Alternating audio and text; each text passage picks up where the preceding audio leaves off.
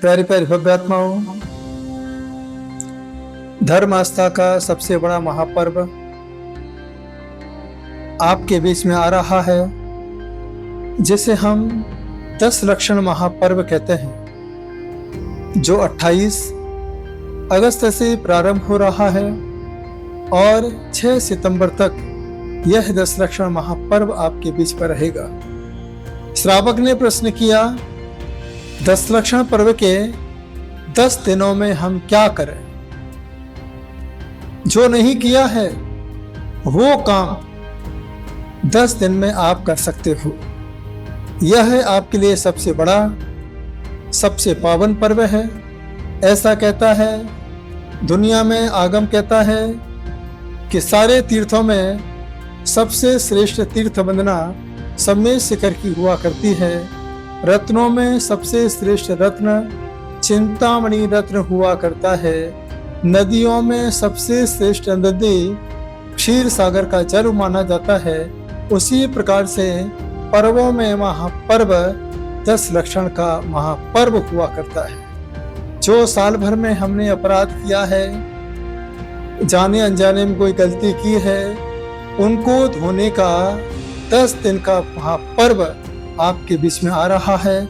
जिसने 10 दिन में धर्म ध्यान कर लिया, वह साल भर के पापों का प्रक्षालन कर सकता है। पढ़ते भी हैं, ऐसो पंचणमुक्कारो सव पाव पड़सरो मंगलाणम च सव्य से पड़मम हवई मंगलम। यह नमोकार मंत्र पढ़ने से सभी पापों का नाश कर देता है। उसी प्रकार से 10 दिन तक जो मंत्र जाप करता है, पूजन पाठ करता है, यह 10 दिन का महापर्व आपको पापों से मुक्ति दिला सकता है। करें क्या? सबसे पहले आप देखिए, ब्रह्म मुहूर्त में आपको 10 दिन उठना है। उसका मुहूर्त मैं आपको बता देता हूँ। सुबह आपको 4:32 पे उठना है। यह ब्रह्म मुहूर्त काल है। इस समय एक बार आपको भक्तामर का पाठ करना है। बिस्तर छोड़ने के पहले आप इन हाथों को ऐसे देखेंगे, एक एक ओर पर एक एक तीर्थंकर को याद करते हुए समय शिखर की वंदना करेंगे, नमोकार का ध्यान करेंगे और प्रातः काल में ही ओंकार ध्वनि आ में पेट पे ध्यान करेंगे, ऊ में सिर पे ध्यान करेंगे, माँ में अपने हृदय पे ध्यान करेंगे। इस तरीके से आपको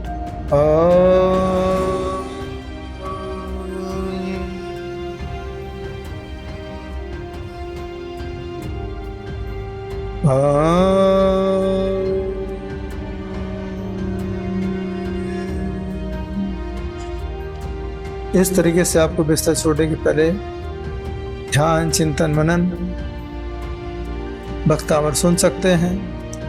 और उसके बाद जो स्वर आपका चल रहा है, उसी स्वर का कदम आप जमीन पर रखें और मन ही मन में ओम ह्रीम नमः, ओम ह्रीम नमः, ओम ह्रीम नमः का जाप करें। स्नान करने के बाद आपको अशुद्ध कपड़े नहीं पहनना है। 10 दिन तक धुले हुए नए पहने हुए कपड़े नहीं पहनना है, जो आपने साल भर पहने हैं, 6 महीने पहले पहने हैं या 1 महीने पहले आपने लिए हैं, जो 2-4 बार पहन चुके हो, वो वस्त्र आपको 10 दिन उपयोग में नहीं लाना है। फिर क्या लाना है? एकदम सफेद कुर्ता पजामा, धोती दुपट्टा। महिलाएं सादा ड्रेस जो उन्होंने अभी तक नहीं पहनी है, एकदम कोरे नए ड्रेस में आप 10 दिन तक भगवान की पूजन करें।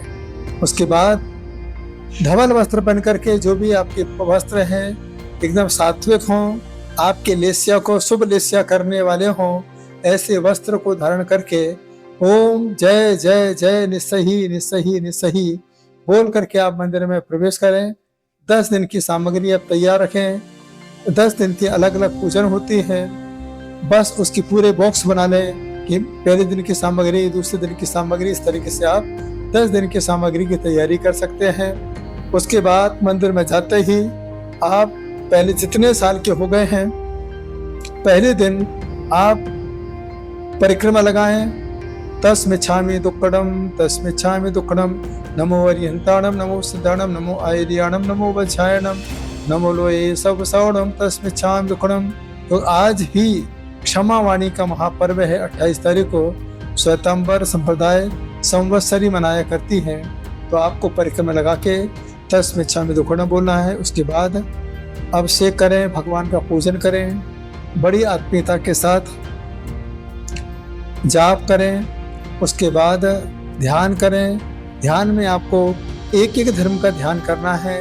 जैसे पहला दिन आए, ओम ह्रीम उत्तम क्षमा धर्मांगाय नमः। इस तरीके से एक एक दिन के एक मंत्र है। उत्तम आर्दव है, उत्तम आर्जव है, उत्तम शौच है, उत्तम सत्य है, उत्तम संयम है, उत्तम तप है, उत्तम त्याग है, उत्तम आकिंचन है, उत्तम ब्रह्मचर्य है। इस तरीके से आप उसमें ओम ह्रीम जोड़ करके आप एक ही दिन के एक ही मंत्रों का जाप कर सकते हैं। उसके बाद आपको रात्रि भोजन, बाजार का पानी भी नहीं पीना है। शुद्ध सात्विक भोजन आपको मौन पूर्वक ग्रहण करना है, इतना ध्यान रखें। सामायिक काल में आपको भोजन नहीं करना है। दोपहर में 12 बजे सामायिक काल होता है, उसे टाल करके आप पूरब दिशा में मुंह करके मौन पूर्वक भोजन करें। उसके बाद आप संध्या काल की बेला में अगर आपको पानी छोड़ा नहीं जाता है तो आप पानी का उपयोग संध्या काल की बेला में ग्रहण कर सकते हैं। इसके बाद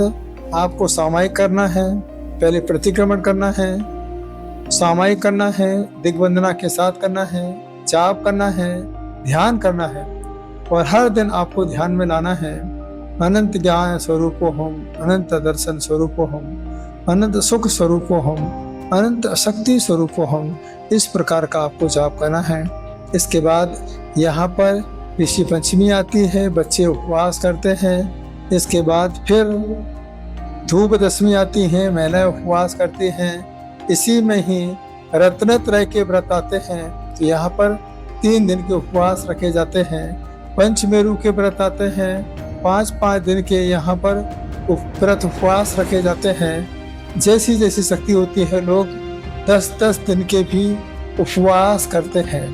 तो मेरा आपसे यही कहना है, जिनके उपवास चलेंगे वह अपना समय भगवान के पास में ही व्यतीत करें, उनके सामने ही बैठ कर के जो मूलनायक भगवान उनका जाप करें। जो धर्म है उस धर्म के मंत्र का सबसे ज़्यादा जाप करेंगे, नियम से आपको बहुत ज़्यादा फलदायी साबित हो सकता है। जैसे आप मंदिर से घर जाएं, उसी समय आपको मंदिर में यही बोलना है, भूयात पुनर्दर्शनम, हे भगवान मुझे फिर पुनः आपके दर्शन हो। ज़्यादा से ज़्यादा आपका समय मंदिर में व्यतीत हो। कोई दिगंबर साधु हो, उन्हें आहार दान प्रदान करें, आशीर्वाद प्राप्त करें। और एक बात याद रखना, 10 दिनों में आप साधु का एक भी प्रवचन नहीं छोड़ना। ये प्रवचन मान के नहीं, ये जिनेंद्र भगवान की वाणी मान करके आप सुनोगे। 10 दिन आपके जिनेंद्र भगवान के संपर्क में व्यतीत होंगे, आपके मन को अच्छा लगेगा, आपके जीवन का कल्याण हो सकता है। यह पर्व आपके बीच में 6 सितंबर तक रहेंगे। आप करेंगे व्रत सामायिक के साथ अपने 10 दिन के त्योहार को, पर्व को आत्म साधना का पर्व मनाएं, पापों का प्रक्षालन होता रहे, यही मेरी भावना है। सभी के लिए 10 रक्षा पर्व के शुभारंभ के साथ बहुत बहुत आशीर्वाद।